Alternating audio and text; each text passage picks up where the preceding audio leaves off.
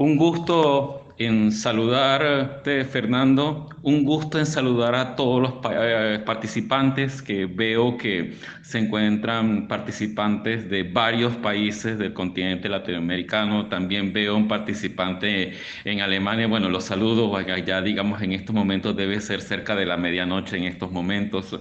De verdad es un gusto para mí, bueno, en mi condición de pianista de la Orquesta Sinfónica Municipal de Caracas desde el año 1990 y presidente de la Fundación Orquesta Sinfónica Municipal del Municipio Libertador desde el año 2009. Mi casa, mi alma mater es la Universidad Central de Venezuela, donde me gradué como abogado ya en el año 2004. Y bueno, y me encuentro justamente, este es mi segundo semestre dictando una materia que me gusta mucho, que es la musicalización para producciones audiovisuales en la Universidad Audiovisual de Venezuela. De hecho, la primera acotación interesante que hay que realizar a la hora de hablar de musicalización tiene que ver con un término que es utilizado en varias acepciones, que es lo que nosotros conocemos como banda sonora. Lo que nosotros conocemos como banda sonora, repito, puede variar entre muchos de ustedes.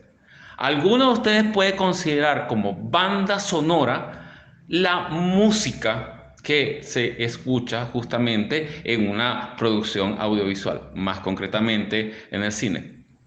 Otros deben tener un concepto mucho más amplio en cuanto al concepto de banda sonora y deben tener la idea de que banda sonora es todo lo que uno escucha a lo largo de una película. Para puntualizar este punto, los invito a continuación a ver un fragmento de unos 7 minutos que es la secuencia inicial de una obra maestra del séptimo arte, como lo es la escena inicial, los créditos iniciales de la película Érase una vez el oeste de Sergio Leone, cuya banda sonora ha sido diseñada y creada por el legendario compositor Ennio Morricone.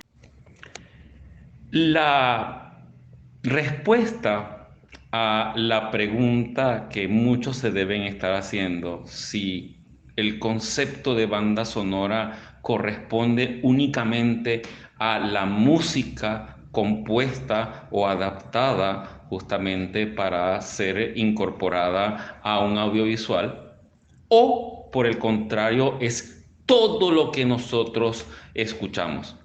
La respuesta es ambas son correctas. El concepto amplio que abarca todo lo que uno escucha, digamos, en una producción audiovisual, es el concepto amplio. Y el concepto restringido o concepto estricto es el que se remite únicamente a la música. En la escena que nosotros acabamos de escuchar, como ustedes se habrán dado cuenta, por una parte no hay ni una nota musical en el sentido estricto que nosotros conocemos a nivel musical. Sin embargo, nosotros vemos en el movimiento de los actores, en el rostro de los actores y en sus movimientos, cómo hay una suerte de coreografía. Cómo nosotros vemos que a pesar de que son sonidos ambientales, todo parece estar colocado en su justo y santo lugar. Esa es la magia justamente del musicalizador o la persona que realiza la banda sonora. En la Universidad Audiovisual de Venezuela, estas dos materias son vistas en sentido amplio en la asignatura sonido en la narrativa audiovisual y de modo estricto, limitándose justamente a la parte musical en la materia correspondiente a musicalización para producciones audiovisuales. Dicho esto, entramos justamente en materia. Una de las primeras cosas importantes que se deben mencionar a la hora de la musicalización audiovisual es que para nosotros entender el hacer de los compositores de bandas sonoras, debemos remitirnos a lo que realizaban los compositores, adaptándose a distintas ramas del arte antes de que naciera justamente el arte cinematográfico. Debemos remitirnos justamente al florecimiento de la literatura, al florecimiento del teatro y con ello la forma en la cual los compositores trataron de traducir el lenguaje literario, plasmarlo justamente a nivel musical. Es así como nosotros encontramos ejemplos de música descriptiva desde los mismos inicios de la música. Nosotros encontramos justamente música descriptiva en aquellas composiciones clavecinísticas de Rameau, Couperin, imitando animales, imitando trinos de pájaros, imitando circunstancias, imitando el sonido de ciertos aparatos, etcétera, etcétera. También nosotros lo encontramos en ese espléndido ejemplo de música descriptiva como son las Cuatro Estaciones de Antonio Vivaldi, en la cual cada pasaje musical tiene concordancia con cada verso, cada palabra contenida en los llamados sonetos descriptivos que presumiblemente fueron escritos por el propio Antonio Vivaldi. Toda esa, digamos, ese bagaje de descripción musical es el que va a ir evolucionando con el y es el que nos va a llevar justamente al siglo XIX, en el cual nosotros vamos a encontrar una explosión, digamos, con el romanticismo, en el cual se rompen las barreras que forman las grandes formas musicales que se desarrollaron en el clasicismo y comienza justamente a través del romanticismo a tener una mayor libertad, digamos, a nivel de la forma, a nivel de los mecanismos de expresión musical para lograr alcanzar nuevas cotas a lo largo de la descripción musical. Esa descripción musical va a alcanzar cotas más altas a lo largo cuando nace lo que llamamos la música programática, la que desemboca en los grandes poemas sinfónicos que escucharemos de Franz Liszt y posteriormente de Richard Strauss, etcétera, etcétera. Y también viene un elemento que proviene de la parte escénico-musical, que es sobre el leitmotiv. Es importante que tengan en mente la palabra leitmotiv porque va a convertirse en protagonista indiscutible de esta discusión que estamos teniendo muy amablemente en el día de hoy. Pero antes de hablar del leitmotiv, hasta ahora nosotros hemos hablado de música descriptiva, es decir, música que busca describir, busca recrear justamente sonidos que se encuentran justamente en la naturaleza, sonidos que son escuchados en la cotidianidad por el ser humano. También encontramos música programática en cuanto a música que sin el uso de palabras, sin el uso de la voz, trata justamente de ir efectuando una narración a nivel musical. Eso nosotros lo encontramos sobre todo en poemas sinfónicos como los de Franz Liszt. Lo encontramos, por ejemplo, en poemas sinfónicos como Muerte y Transfiguración de Richard Strauss, que es muy interesante porque justamente es una música que empieza en el lecho, en el lecho de muerte de un héroe, en el cual él se encuentra relatando que en ese momento se encuentra en un trance entre la vida y la muerte, pero poco a poco empieza, digamos, a relatar toda su vida anterior, cómo llegó a ser héroe, y todo eso se ve reflejado en la música, cómo se pasa de una atmósfera lúgubre a una atmósfera juvenil, cómo esa parte juvenil va a entrar en unas distintas luchas que van triunfando hasta que llega un momento final en el cual volvemos justamente a ese momento de la inminente muerte, y finalmente él, cuando muere, se transfigura. Todo eso es ilustrado magistralmente de manera musical, sin una sola palabra, sin una sola voz humana. Pero cuando hablamos de voz humana, tenemos que regresar siglos atrás al nacimiento de un género muy importante en la historia de la música, como lo es la ópera. La ópera es justamente la forma más elaborada de traducción de un texto, de un libreto musical, en un espectáculo escénico musical de gran complejidad, con una combinación de múltiples personajes que cantan solos, que cantan dúos, que cantan tríos, que cantan cuartetos, y alternando con escenas corales, alternando con escenas en las cuales solamente hay música y hay movimiento de figurantes justamente en escena. Es toda una composición sumamente compleja, en la cual ya nosotros vemos atisbos de lo que va a terminar siendo un guión cinematográfico. Cuando nosotros buscamos un guión de ópera, los invito a no simplemente ver óperas en YouTube, los invito a buscar, por ejemplo, bajar un libreto de una ópera. Por ejemplo, una ópera tan fantástica como Tosca de Puccini. Los invito a bajar ese libreto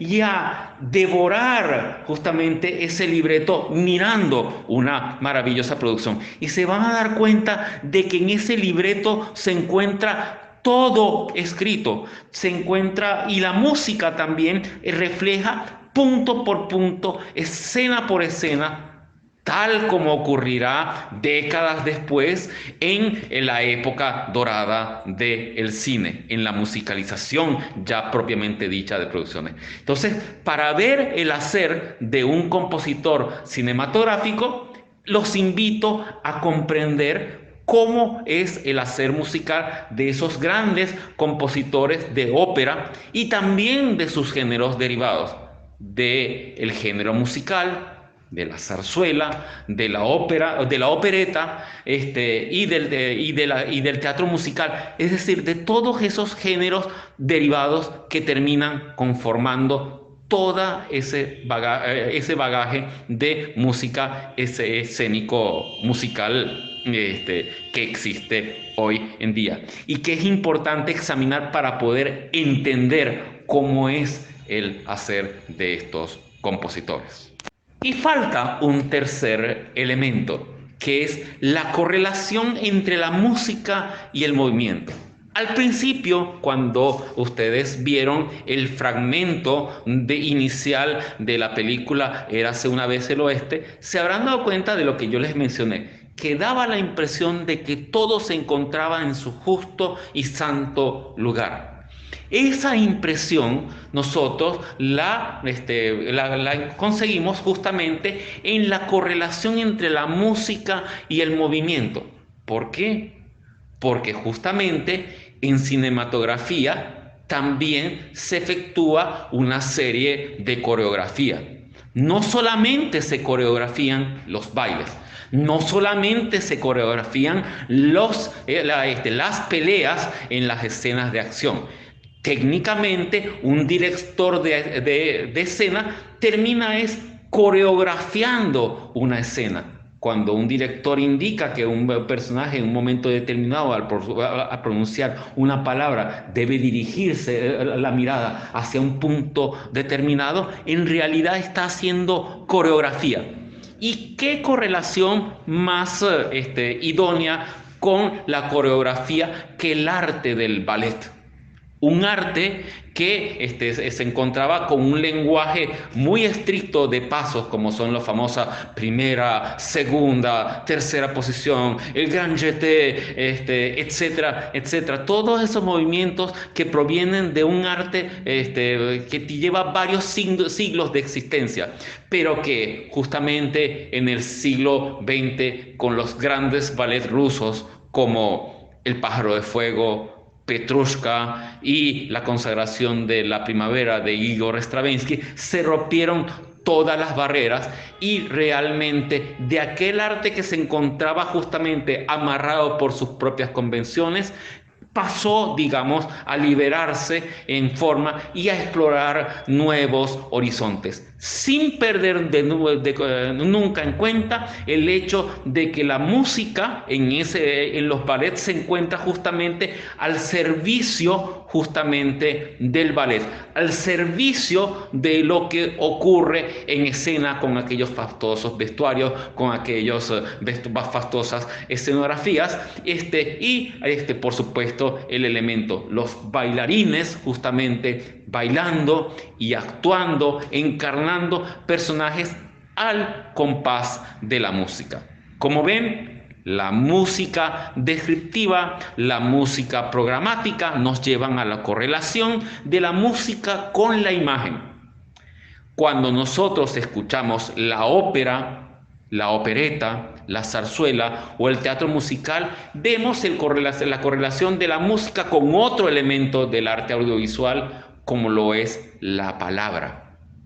Y finalmente, cuando nosotros vemos la coreografía en el ballet, nosotros encontramos el antecedente perfecto de la correlación que hay entre la música y el movimiento.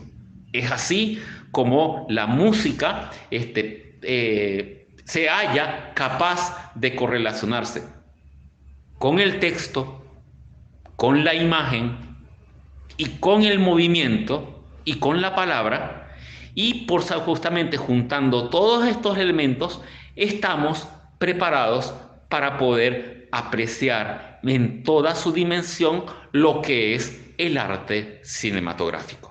A continuación, abro por supuesto un compás de unos 15 minutos para que ustedes puedan escribirme sus preguntas, digamos, a través, para que puedan, digamos, enviarme sus preguntas y podamos poder realizar. Mientras tanto, continuamos. Falta un elemento muy importante antes de nosotros comenzar a entrar en materia de lo que es una banda sonora. Y es examinar el instrumento más importante con el cual cuenta el compositor a la hora de traducir justamente un texto, traducir un guión en música. Convertir palabra en música, convertir un discurso dramático justamente en música. Y ese elemento no es otra cosa, sino ese término que yo les mencioné hace unos minutos, el leitmotiv.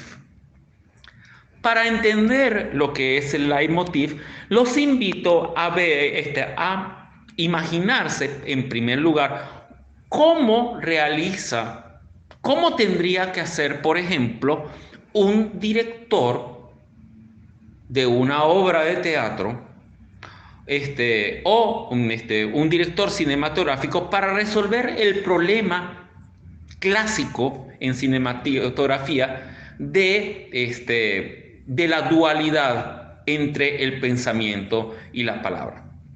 En otras palabras, ¿qué sucede cuando un personaje está diciendo algo y está pensando todo lo contrario? Una técnica, y nosotros la vemos justamente en el teatro, es aquello de un actor que dice en voz alta, "te quiero", y en voz baja le dice al público, "te quiero matar", ¿no? Eso es un recurso muy común en teatro. Pero obviamente en el arte cinematográfico no se ve muy bien esa teatralización excesiva en la cual el actor rompe la pared y habla hacia el público, a menos que sea realmente de una forma intencional, como seguramente ustedes me mencionarán miles de ejemplos. Pero vamos a ver una segunda solución, aún no musicalizada, que plantea muy ingeniosamente el director cinematográfico Woody Allen en su película Annie Hall. Ante todo, les pido disculpas porque el ejemplo que voy a presentar a continuación no tiene los subtítulos en inglés, en castellano, porque los subtítulos que se encuentran en castellano simplemente traducen lo que dice el personaje, pero no los subtítulos que aparecen en escena, que son muy interesantes. Entonces, los invito un poco a refrescar sus conocimientos en inglés al momento de que vean esta escena y se van a dar cuenta de algo muy interesante. En la película El Padrino 2, nosotros vamos a encontrar primeramente un tema dominante desde el principio, que es justamente el tema del inmigrante, que es el tema que ilustra la vida, digamos, de Vito Corleone, el padrino original, y cómo llega justamente a los Estados Unidos. Es un tema muy importante. Está el tema de Michael Corleone, que denota justamente las características que lo definen, o sea, es como una persona fría, una persona dura e implacable, pero que al mismo tiempo busca, digamos, proteger, digamos, a su familia. Está un tercer tema que es justamente el de Fredo, el hermano mayor de Michael Corleone, y ahí hay una tragedia, digamos, entre ambos personajes. Y hay un cuarto tema, una pequeña pincelada musical que aparece cada vez que la muerte ronda, la muerte se hace inminente en cuanto a un personaje. Nosotros, ustedes se habrán dado cuenta en la escena cómo la escena inicia con la primera frase del tema del inmigrante. Hay una breve pincelada de Michael, vuelve el tema de la familia Corleone y está el momento en el cual se encuentra brevemente con el tema de Fredo y llega al punto culminante el tema de la familia Corleone en el momento en el cual estos dos personajes que habían roto su relación se encuentran y se abrazan fuertemente. Es un abrazo final. Es un abrazo trágico por lo que ocurre posteriormente en la película. Y en medio del abrazo, Michael Corleone alza la vista a su lugarteniente y aparece el tema de la muerte, cuando él finalmente da la orden de matar a su hermano Fredo. Todo eso se encuentra ilustrado por la música sin una sola palabra. Esto es posible gracias a la magia de este maravilloso recurso musical como lo es el leitmotiv. Dicho esto, nosotros estamos ahora en capacidad de poder apreciar distintos elementos que conforman una banda sonora. Cuando nosotros hablamos de banda sonora, vuelvo y repito y recalco el concepto. Existen nuevamente dos conceptos. Uno que habla únicamente de la banda sonora como la música compuesta o adaptada para el audiovisual, y otra que habla de la banda sonora como un todo, como todo lo que se escucha: voz humana, sonido ambiental, lo que llama, todos los sonidos que son los famosos sonidos Foley, que son de dominio de muchos de ustedes, y de todos los elementos que uno escucha, digamos, a nivel cinematográfico. Pero concentrémonos en lo que es justamente la banda sonora como tal. Para apreciar las características de una banda sonora, nosotros debemos remitirnos a un concepto muy importante que es la palabra diégesis. La palabra diégesis nos remite al hecho de que si una música es diegética, repito el concepto, es porque la fuente del sonido se encuentra dentro del universo de los personajes, dentro del universo de la trama. Cuando una música es extradiegética, es una música que no forma parte del universo de los personajes. Ya me imagino que más de ustedes se encuentran preguntándose, ya va, ¿qué es esto del universo de los personajes? ¿Será que el profesor se volvió loco? Por lo tanto, dicho en cristiano, cuando hablamos de música diegética, en otras palabras, es cuando la música es escuchada por los personajes, cuando la música puede ser apreciada por los personajes. En cambio, esa música que acompaña una trama, cuando esa música no es escuchada por los personajes. Ejemplo clásico, en la escena culminante de la escena E.T., en esa maravillosa despedida en la montaña, después de esa trepidante escena de la escapada cuando llega la nave espacial, ustedes se dan cuenta que ustedes no escuchan la nave espacial, sino escuchan esa maravillosa composición sinfónica de John Williams. Pero alto, estamos en un bosque y en ese bosque no hay una orquesta sinfónica detrás de los árboles. Es decir, es una música que no forma parte del universo de los personajes. Por lo tanto, es música que no escuchan los personajes, sino es una música que solamente pueden escuchar los espectadores. En ese caso, nosotros estamos hablando de música extradiegética.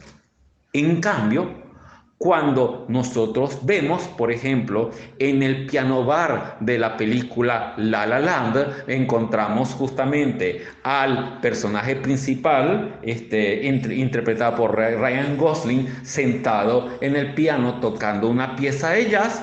Se supone que eso es música diegética porque es una música que está tocando el personaje y por lo tanto forma parte del universo de los personajes.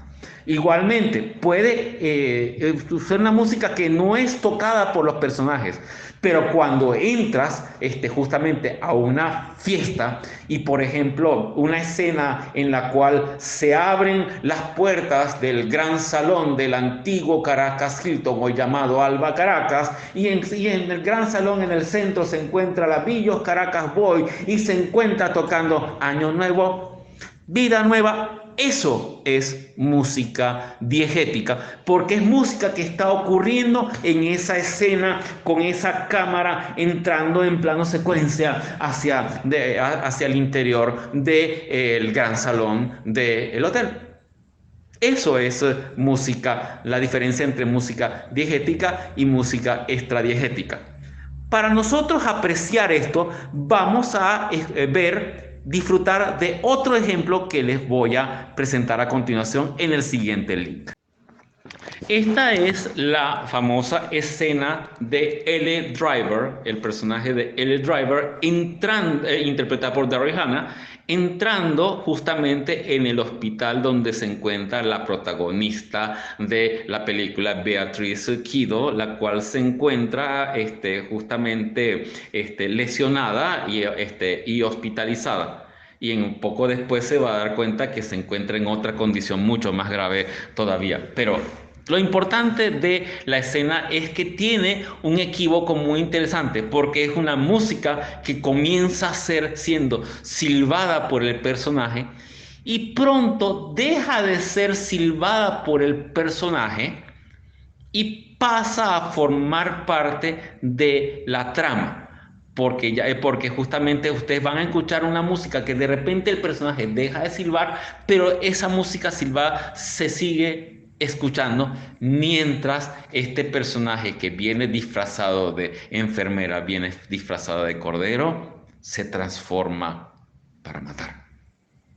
Vean cómo una música que al principio era diegética, se convierte de la noche a la mañana en extra diegética. Una música que inicialmente no solamente era escuchada, sino silbada por el personaje, pasa a abandonar justamente el universo de la escena para convertirse en acompañamiento de la trama.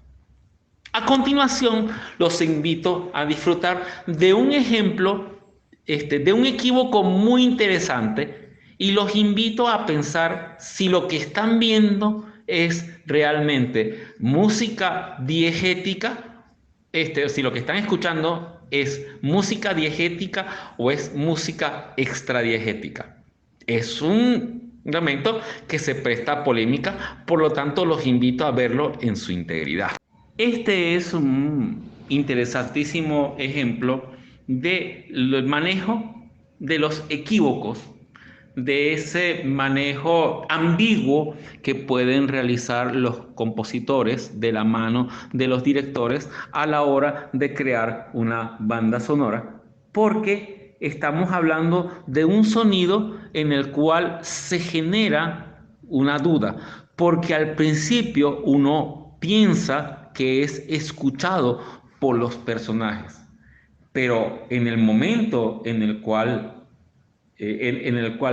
Johnny Depp abandona justamente los audífonos y posteriormente la protagonista Charlotte Gainsbourg abandona también los audífonos y ese legendario tema de Radiohead, Creep, sigue escuchándose, va a quedar la duda en el ambiente de si esa música realmente estaba siendo escuchada por ellos y dejó de ser escuchada por ellos y se quedó en el audífono, o realmente era música ambiental que nunca fue escuchada por los personajes.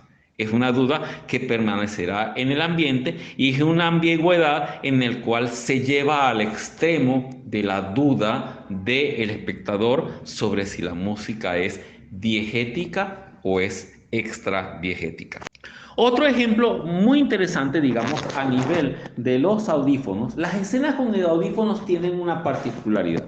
Son de los ejemplos clásicos de cuando hablamos del concepto de diégesis subjetiva, de cuando una música es diegética subjetiva. Es decir, estamos hablando de que una música es diegética subjetiva cuando solamente puede ser escuchada por un personaje y no es escuchada por otros. Ejemplo, la música que se encuentra produciéndose dentro de un estudio de grabación sin que ese sonido entre a la cabina.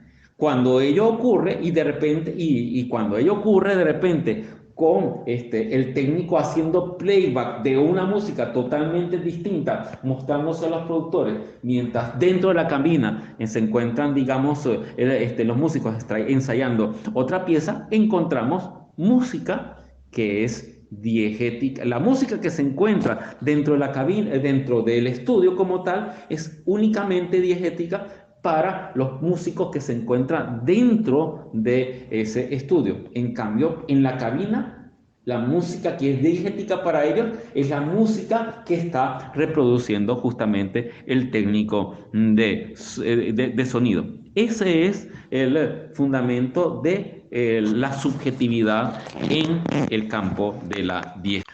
Otro elemento interesante a nivel de lo que es la diégesis a nivel musical, estamos hablando de los sonidos diegéticos internos y de los sonidos diegéticos externos. Cuando hablamos de un sonido diegético interno, estamos hablando de un elemento que no solamente forma parte del universo de los personajes, es decir, es escuchado por los personajes, sino que también se forma parte del campo visual. Es decir, la fuente que genera el sonido es visible por parte de los personajes. No necesariamente tengo que ver a Ryan Gosling sentado en el piano. Puedo ver justamente la rocola, por ejemplo, sonando en aquella caverna, en aquel escondite donde el personaje de V, en V de venganza, tenía justamente recluido justamente al personaje principal, Evie Hammond, interpretado por Natalie Portman. Esa escena en donde ella pone a sonar justamente la rocola, esa rocola es el elemento que hace que esa música que nosotros escuchamos en esa escena sea diegética interna, porque la fuente de sonido, la rocola, la vemos presente en el escenario, la vemos formando parte de la escenografía y por lo tanto de un elemento visible en el escenario.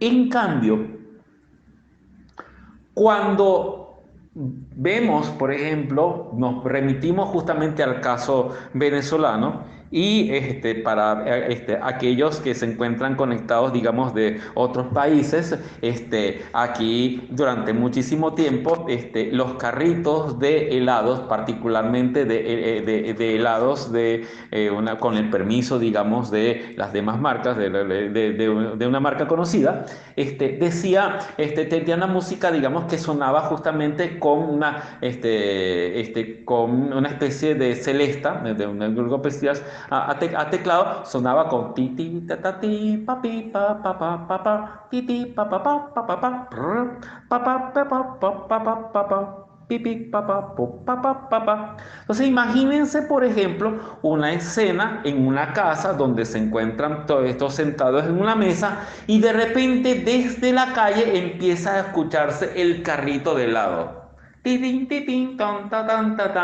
Y justamente los muchachos que se encontraban en la escena salen corriendo hacia la entrada de la casa y salen hacia la calle al encuentro del heladero.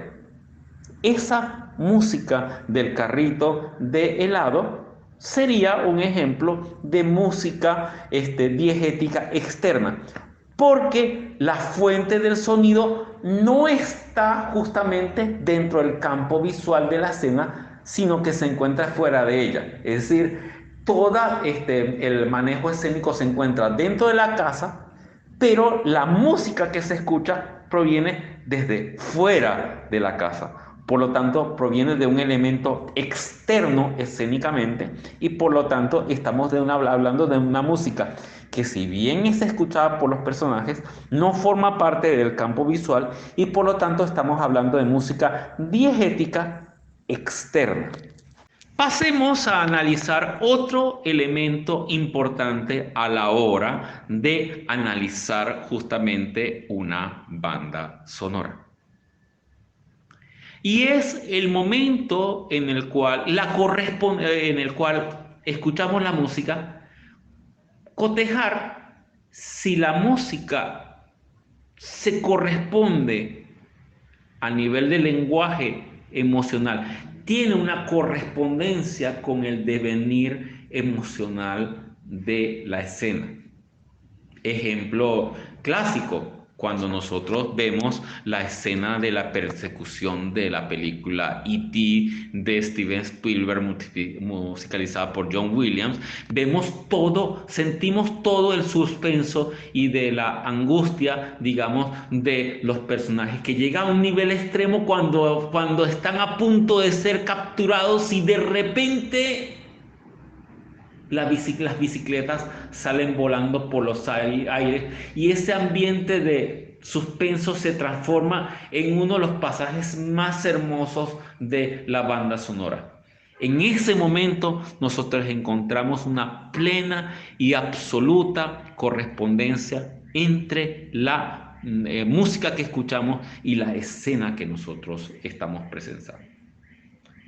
En cambio, en ocasiones nosotros encontramos que algunos directores le piden a sus compositores crear música absolutamente contraria o adaptar música absolutamente contraria en carácter a la escena que se está presentando, justamente para generar a través de ese contraste, a través de ese choque de trenes entre la imagen y el sonido, una imagen perdurable y perturbadora en el espectador. Les voy a presentar a continuación y pueden no presenciar toda la escena, sino solamente alrededor de un minuto de ella, la legendaria escena en la cual Gene Kelly baila y canta ese tema legendario llamado Bailando bajo la lluvia. Como ven, hay una absoluta correspondencia justamente entre el ambiente que se encuentra en la escena, bailada magistralmente por Gene Kelly, y la armoniosa música de la película Bailando bajo la lluvia. Y por supuesto estamos escuchando el tema principal. A continuación les voy a presentar un ejemplo absolutamente contrastante, en el cual los invito a obviar la primera escena y llévenlo justamente hasta el momento en el cual la mujer vestida de rojo termina abriendo la puerta y los personajes de la trama irrumpen violentamente. Estamos hablando de la escena también llamada Bailando bajo la lluvia, pero de otra película de un carácter totalmente distinto. Estamos hablando de la película La Naranja Mecánica de Stanley Kubrick. Como ven, el personaje principal, Alex DeLarge, interpretado por Malcolm McDowell, canta fragmentos del tema Bailando bajo la lluvia, mientras agrede justamente a los habitantes de la casa en la cual ha irrumpido justamente su pandilla. Entonces, este elemento de contraste que es utilizado de forma recurrente a lo largo de toda la película por parte del director Stanley Kubrick, nos denota claramente que su intención en ningún momento es el de eludir el conflicto y la controversia, sino por todo lo contrario, generar conciencia a través de ese brutal contraste, de esa impresión absolutamente chocante que puede producir una música utilizada en un carácter, en un sentido absolutamente contrario al originalmente concebido para la película. Un elemento muy importante que no les había mencionado y que puede ayudarnos, digamos, a complementar nuestra comprensión sobre el arte cinematográfico es el momento en el cual nosotros encontramos los recursos musicales que utilizan los compositores.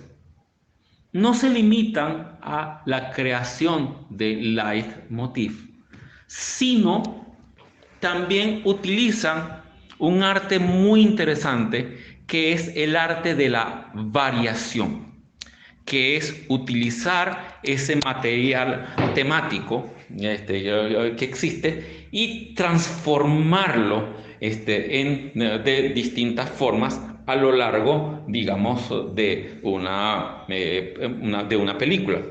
Es así como nosotros encontramos muchas veces un tema alegre, el cual es presentado en música, se llama en modo mayor, cuando se presenta en modo menor, por ejemplo, Por ejemplo, do, re, mi, fa, sol, cuando lo ponemos en menor, do, re, mi, fa, sol, cambiando solamente una nota, nosotros le cambiamos el sentido y ese sentido en alegre, en positivo, se transforma en un sentido, en modo menor, en modo introspectivo. Estamos hablando como de darle el sentido yin a una melodía yang. O sea, es decir, con ese solo cambio de nota yo puedo cambiar el carácter, digamos, de la nota. O sea, lo transformo simplemente. Otra forma de transformar justamente la música en lo que llaman el arte de la variación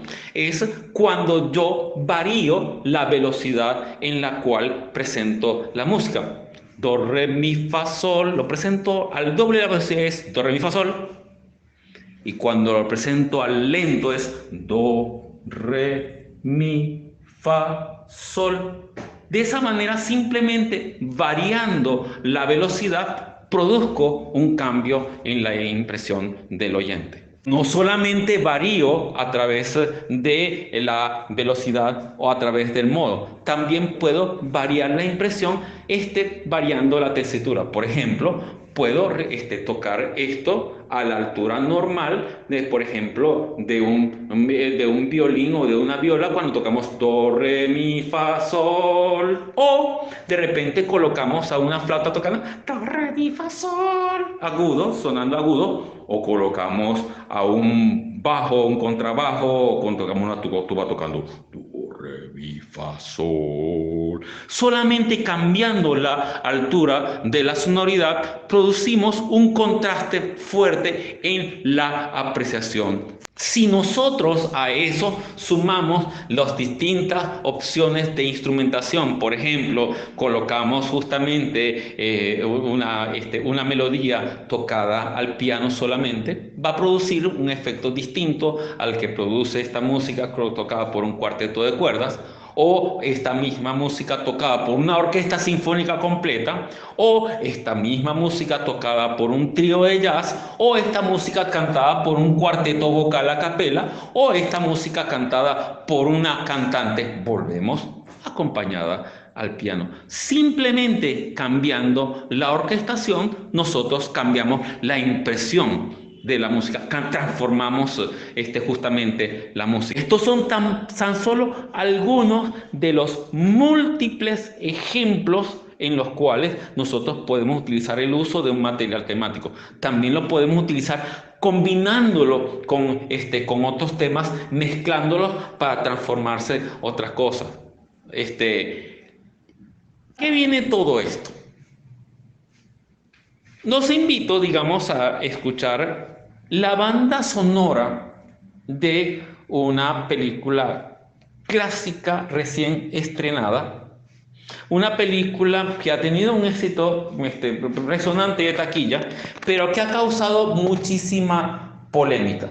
A mí, en lo general, es una película que me gustó mucho, porque es la manera, el tratamiento, digamos, del personaje realmente me llena, o sea, digamos, es un planteamiento muy actual, se presta mucho, por supuesto, a polémica, pero muchas veces se confunde, una película puede irritar a una persona, pero de allí a decir que el planteamiento es malo, hay un trecho un poquito. Estoy entrando, digamos, en planteamientos subjetivos en los cuales, por supuesto, si ustedes no están de acuerdo, por supuesto la opinión es respetable. Pero no quiero hablar de la película, sino quiero hablar justamente de la banda sonora de esa película, que tampoco está exenta de polémica. Ustedes se preguntarán de qué película estoy hablando. Estoy hablando justamente de la película No Time to Die o Sin Tiempo para Morir, una película dirigida por Cary Fukunaga y cuya banda sonora retoma justamente el tema de John Barry, el legendario de este tema que ha acompañado todas las películas que acompañan la franquicia James Bond 007. Y lo combina justamente a nivel temático, este tema principal de toda la serie, con un tema compuesto justamente por el hermano de la cantante Billie Eilish, un tema que lleva el nombre mismo de la película, Sin Tiempo para Morir. ¿Qué es lo interesante del manejo temático de esta película? Siempre el tema de principal de la franquicia 007, ese tema, digamos, acompañado por los metales, realizado por John Barry, con esas intervenciones feroces de una guitarra Stratocaster, cuyo carácter punzopenetrante es mantenido a lo largo de la saga celosamente por de manera invariable como una marca de fábrica. Incluso ese acorde final tiende a ser otra gran marca de fábrica. Hago esa acotación, y con un tema que marca el tono de la trama, como lo es la canción de Billie Eilish. Polémica aparte, ¿qué es lo valioso el manejo musical que realiza Hans Zimmer? Siendo esta una película que es un tema polémico, en el cual podríamos pasar de repente toda la noche hablando, o prácticamente se convertiría en otro podcast completo, porque es un tema que ha causado muchísima polémica y seguirá dando mucho de qué hablar, es el hecho de que esta película no es exactamente una película de acción, sino termina siendo una película con un fuerte contenido dramático. Y muy consciente de esto, Hans Zimmer realiza una transformación de todo el material temático y lo convierte justamente en un tema prácticamente de orden dramático. De hecho, si ustedes escuchan toda la secuencia armónica que va acompañando el tema No Time to Die, interpretado por Billie Eilish, ustedes notan que dentro de ese tortuoso y doloroso tema se encuentra implícita la secuencia armónica principal del tema de John Barry.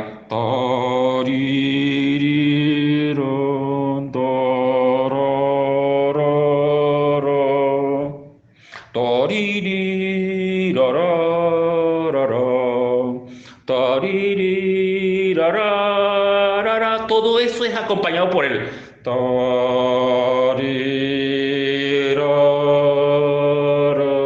De manera implacable.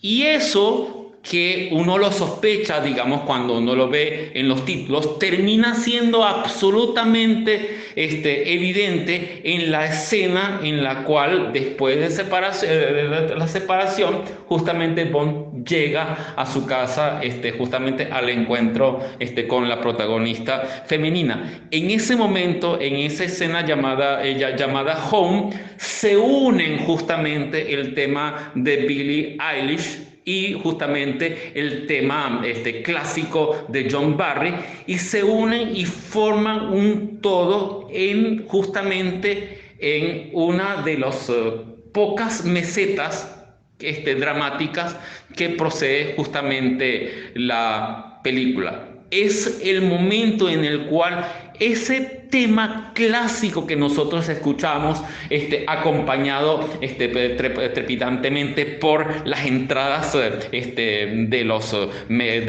metales, de las trompetas y de los trombones, y acompañado incesantemente por las secuencias de la guitarra eléctrica, se transforma en ese momento dramático. adquiere la oscuridad necesaria justamente de la escena. Es esa capacidad de transformación temática la que permite a los compositores transformar una música. Los permiten justamente lograr que los personajes muten, que los personajes se transformen. Es esa transformación musical la que, por otra parte, uno de esos elementos que permiten que personajes como Walter White se transformen en Heisenberg.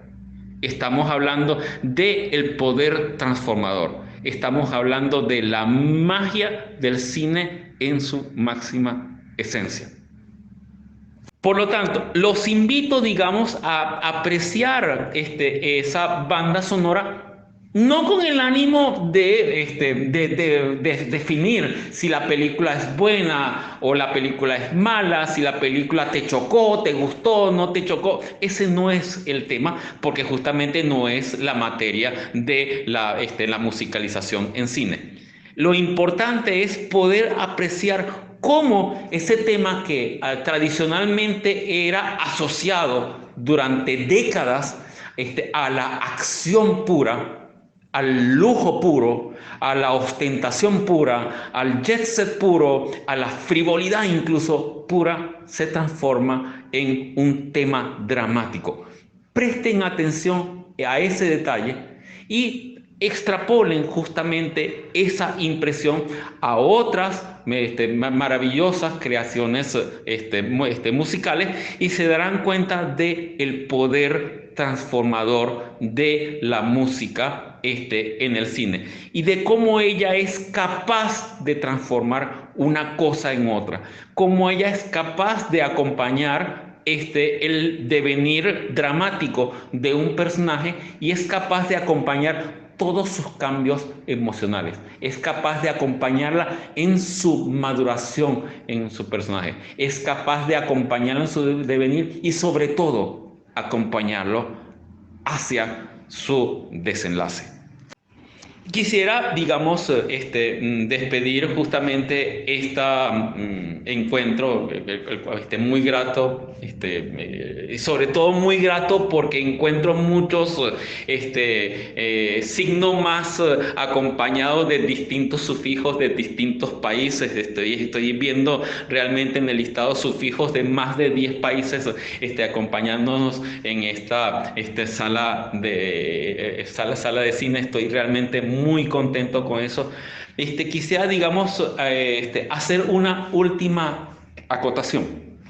Y es una pregunta que se realiza mucho a nivel cinematográfico y va a conducir a una recomendación muy especial a los cineastas, algunos de los cuales deben estar presentes justamente, seguramente, o musicalizadores que deben estar presentes justamente en este chat. Se trata de la espinosa pregunta de cuándo yo debo, como compositor, involucrarme en una composición cinematográfica. Porque es muy cierto que muchos de los compositores presentes en el chat seguramente habrán enfrentado situaciones como esta. Recibo la maqueta completa con el libreto y con unas indicaciones claras y con una escaleta con línea temporal y me dicen, bueno, necesito mi banda, la banda sonora compuesta, producida y grabada dentro de 30 días porque el estreno es dentro de 45 días y en 15 días nosotros tenemos que cerrar la producción. Me imagino que más de ustedes, uno de ustedes debe haber enfrentado esa estresante situación. Y si estamos hablando de no musicalizar un cortometraje, sino estamos hablando de un largometraje, cosa que sucede con más frecuencia de lo que nosotros podamos o deseamos imaginar, podrán imaginarse el nivel de estrés. Para aquellos que de repente no se encuentran tan familiarizados con este fenómeno, los tiempos de producción generalmente son diseñados con una gran holgura. pero la realidad se los come.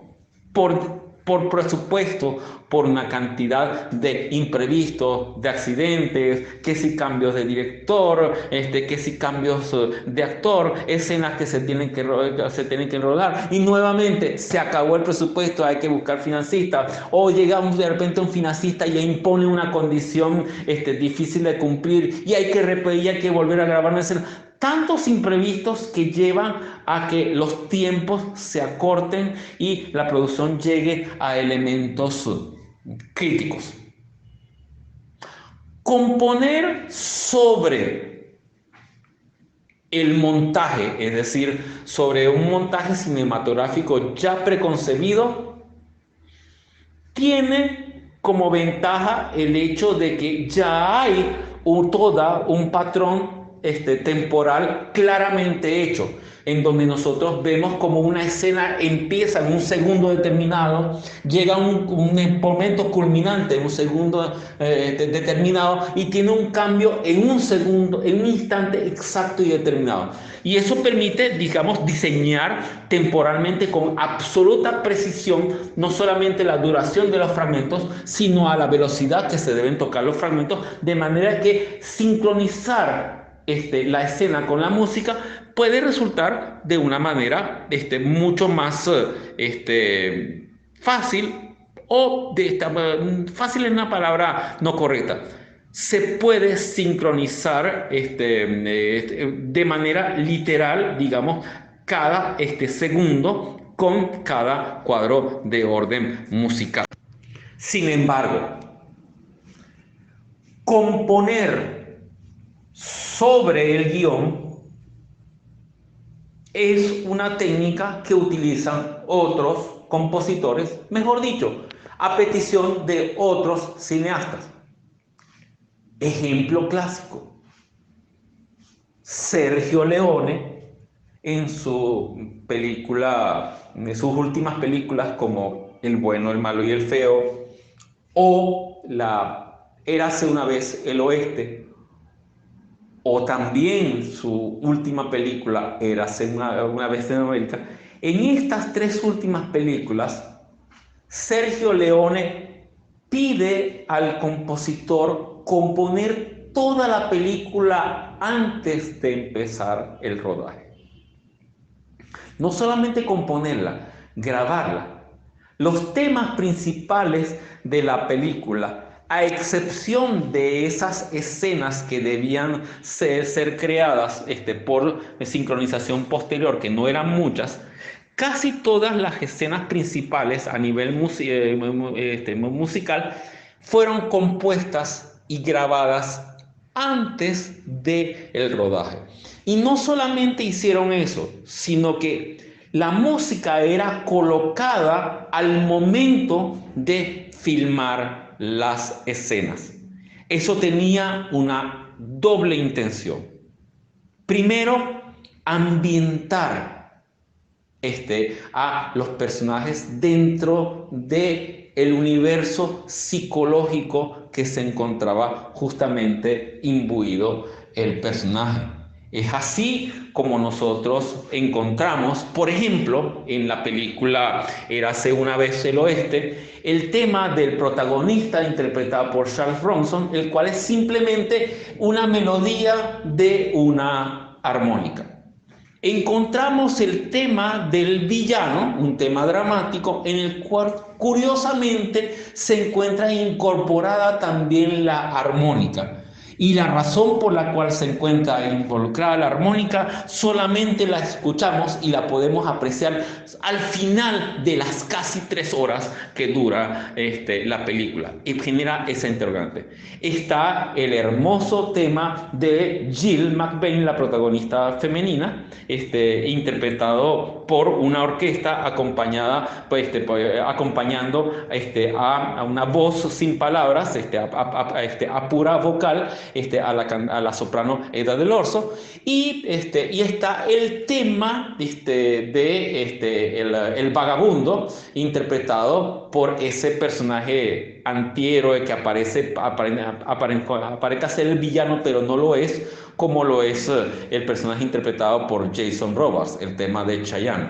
Está el tema del agua, que es realmente el objetivo, la gran presa, digamos, de la película. Y curiosamente el magnate, el magnate, digamos, de la película, el cual muere sin poder tomar una sola gota de esa agua, y magistralmente interpretado por el actor Ferzetti, tiene también su tema muy específico de manera contrastada. ¿A qué va el punto de mencionar todos estos personajes?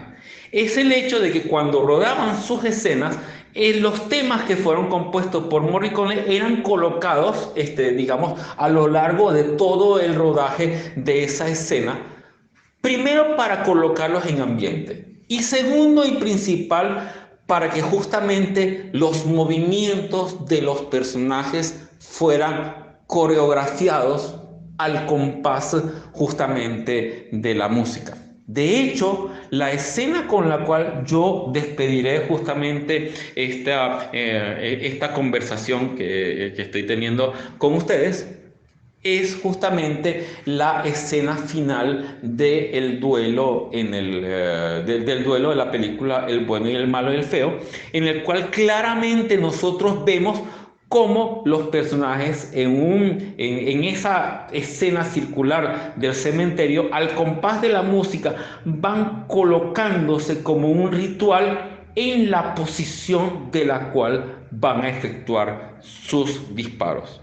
Es una suerte de ritual, el cual acentúa ese halo de misticismo que rodean las películas tardías del spaghetti western, del cual fueron protagonistas tanto Sergio Leone como Morricone en esa época. Por supuesto, al hablar de Morricone es hablar de un compositor que fue más allá de eso, un compositor que le llegó a componer a Brian De Palma, llegó a componer el tema de Gabriel de la película La Misión, y un compositor que llegó hasta hace apenas 2 años, cuando le compuso a Tarantino la banda sonora de la película Los 8 más odiados. En fin, ¿qué es lo importante que quería mencionarles? Y es una recomendación que realiza el compositor de la banda sonora de películas como El paciente inglés. Este compositor nos invita justamente a crear inicialmente, y es el consejo que finalmente doy: traten de crear la música, los temas principales de sus personajes sobre el guión. El tema principal de la trama, créenlo sobre el guión.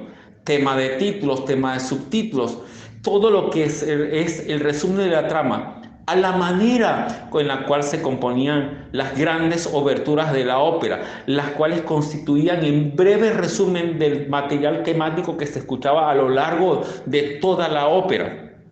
Cuando nosotros escuchamos la obertura, por ejemplo, de la ópera Don Pasquale de Gaetano Donizetti, nosotros escuchamos todos los temas de los personajes de esa ópera contenidos y desarrollados, y la trama resumida de toda la ópera en esos 5 minutos iniciales. Es importante que hagan ese ejercicio temático de la creación de los temas que identifican a los personajes y de realizar un resumen dramático en una especie de obertura que puede servirles tanto para los créditos finales como para la escena inicial, los créditos iniciales, según el caso.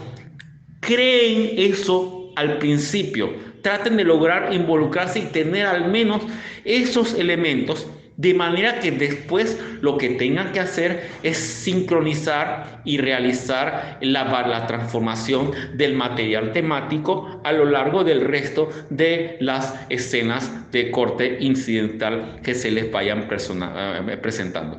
Eso les va a permitir tener una mayor compenetración con el director cinematográfico y les va a permitir un desarrollo mejor del material musical. ¿Por qué? Porque si llega a ocurrir, como ocurre el 90% de las veces, la situación en la cual tienen que componer la música ya sobre la producción completa, hecha y faltando pocas semanas para el estreno, se puede hacer, pero tiende a ser un trabajo sumamente estresante. Y una cosa es hacer un trabajo y otra cosa es tener el tiempo de digerirlo, tener el tiempo de madurarlo, de compenetrarse con él. O sea, tener ese tiempo de enamoramiento con la trama. Tiempo es una palabra muy importante y tenemos que guardar ese tiempo para nosotros, si queremos hacer las cosas bien, si queremos realmente trascender lo ordinario a la hora de crear música para un audiovisual, música para un cine. Con este consejo los despido, me despido de todos ustedes, acompañándolos con la escena del duelo de la película El bueno, el malo y el feo, dirigida por Sergio Leone y musicalizada por Ennio Morricone. Un placer haberlos acompañado en la tarde de hoy.